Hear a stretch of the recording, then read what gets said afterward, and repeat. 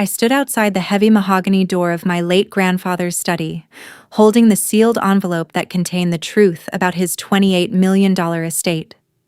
My heart was pounding, but I wasn't excited about the money. I was relieved. I was finally ready to tell my family that Grandpa had made me the sole trustee, not out of greed, but because he trusted me to protect our legacy. But just as my hand touched the brass doorknob, the low hum of voices inside stopped me cold. My uncle's voice cut through the quiet, sharper and colder than I had ever heard it. "Once we handle her, the money is ours. She doesn't have a clue what's coming." My blood ran cold and the paper in my hand felt heavy. Before you hear how I turned their own plot against them, subscribe to the channel, follow along until the end, and comment below with the city you're watching from so I can see how far my story reaches. My name is Caroline Vance. I am 28 years old, an active duty captain in the United States Army, and for as long as I can remember, my grandfather Arthur Vance was my whole world. After my parents were killed in a car crash when I was just 6 years old, Grandpa raised me inside his sprawling historic estate in Boston. He was a self-made logistics tycoon, hardworking, fiercely sharp, but endlessly warm toward me. 3 days ago, we buried him. The funeral flowers were still fresh on his grave, and the heavy silence in the grand house felt suffocating. I was sitting in his private quarters, staring at the rain against the window, when his longtime personal attorney delivered a sealed, black wax envelope directly to my hands. Grandpa had left behind a confidential, pre-probate document. Inside was an ironclad, secret $28 million trust fund, and he had placed every single cent of it under my sole stewardship. He didn't do it out of favoritism. He did it because he knew the rest of the family saw his wealth as a feeding frenzy. I held the envelope tightly against my chest, tears pricking my eyes. My first thought wasn't about the money or what it could buy. It was about honor. I decided right then to head downstairs to his study, gather my family, and tell them the truth. I wanted to reassure them that despite their past cruelty, I was going to use the trust to ensure everyone was fairly taken care of. Or at least, that was my plan. Until I reached the study door. I stood at the top of the grand staircase looking down at the heavy oak doors of the study.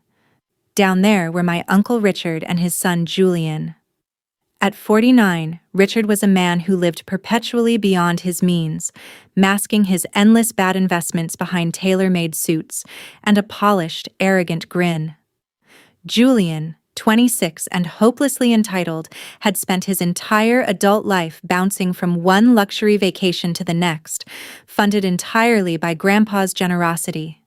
To them, I had always been an outsider. Ever since I joined the military, they treated my service with open contempt. Richard loved to make passive-aggressive comments at holiday dinners, calling me the soldier girl playing dress-up, while Julian openly mocked me for choosing a life of discipline over taking handouts. They assumed that because I was out serving my country, I had effectively surrendered any place in the family hierarchy. They didn't know about the black wax envelope resting in my coat pocket. They didn't know that Grandpa had seen right through their superficial affection and greed during his final months. Holding the envelope, I felt a wave of misguided empathy. I knew how desperate Richard was for validation, and I genuinely wanted to protect our family from fracturing. My plan was simple.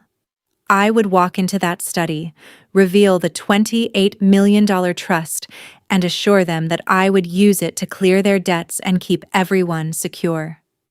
I took a deep breath, walked down the hall, and reached for the brass doorknob. My hand froze an inch from the handle. Through the thick wood, the low hum of voices inside suddenly turned sharp and explicit. "The funeral's over, so we move fast." Uncle Richard's voice carried through the door, stripped of every ounce of fake grief he'd put on at the cemetery. "The doctor signed off on the cognitive decline notes right before the old man died. Our lawyer has the updated codicil ready." "What about Caroline?" Julian's tone was laced with casual malice. "She's still floating around the house looking miserable." Caroline is a non-issue, Richard scoffed, the sound of ice clinking against glass echoing into the quiet hallway. She's an active-duty captain. The codicil names me as the sole executor and distributes the entire estate between us. By the time her leave ends and she's redeployed overseas, the assets will already be liquidated. If she tries to cause trouble, we'll use her absence to declare her abandoning her family duties, or better yet, challenge her mental stability from the trauma of her service. And if she finds out about the main business accounts? Julian pressed. She won't, Richard replied coldly. She thinks she's getting a dutiful daughter's nod, maybe a small payout. She doesn't have a clue what's coming. Once we handle her, the money is ours. A cold dread pooled in my stomach, turning every muscle in my body to steel. The warm, well-meaning stepmotherly impulse to share and protect instantly evaporated. They hadn't just ignored Grandpa in his final days. They had bribed a doctor and forged legal documents to strip me of everything while plotting to ruin my military career. I slowly pulled my hand back from the door. I didn't knock. I didn't burst in.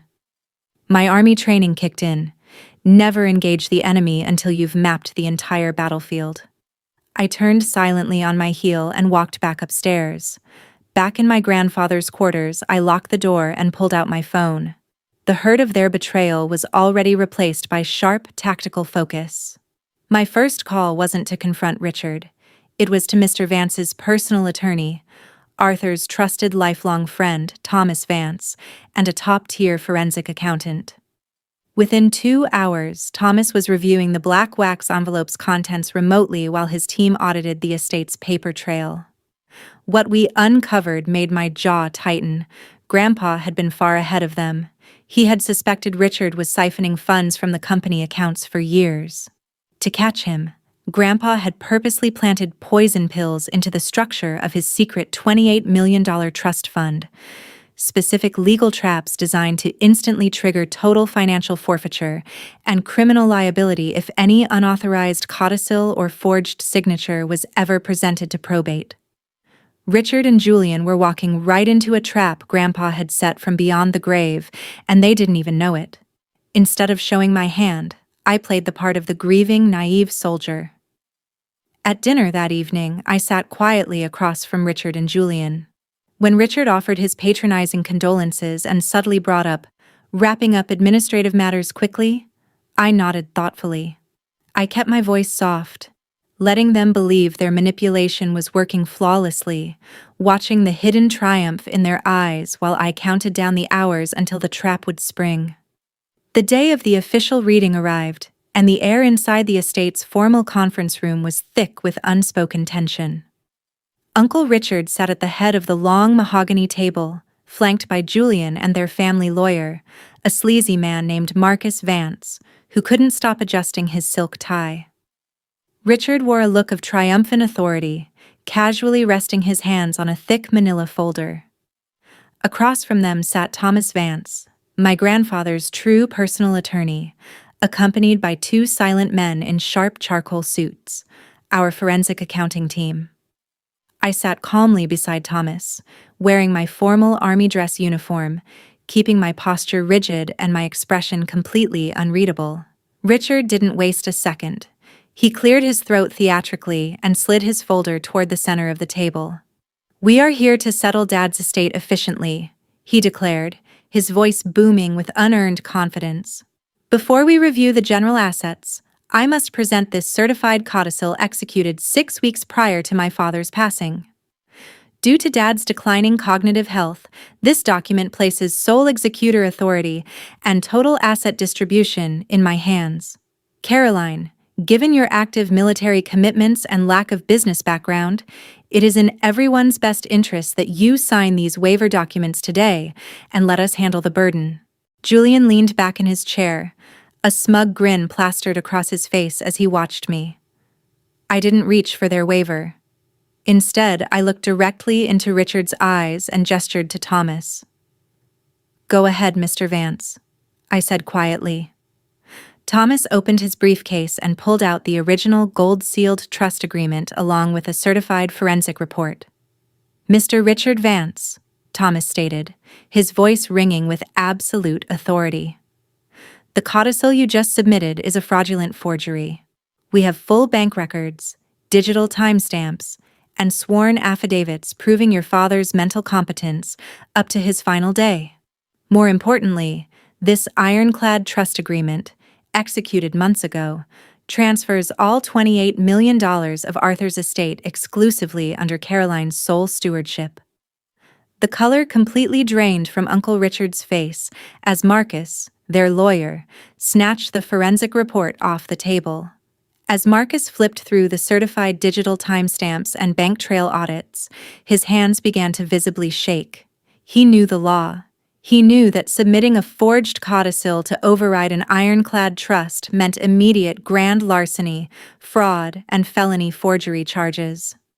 "Richard, what is this?" Marcus stammered, his polished composure shattering instantly. "You told me the medical affidavits were airtight." Without waiting for an answer, Marcus closed his briefcase, stood up, and looked at Thomas. "My firm is withdrawing from representing Mr. Vance immediately. I had no knowledge of these alterations." He practically ran out of the conference room, leaving Richard and Julian completely isolated. Julian's smug grin vanished, replaced by sheer panic as he stared at his father. "Dad? What's going on? You said she wouldn't know."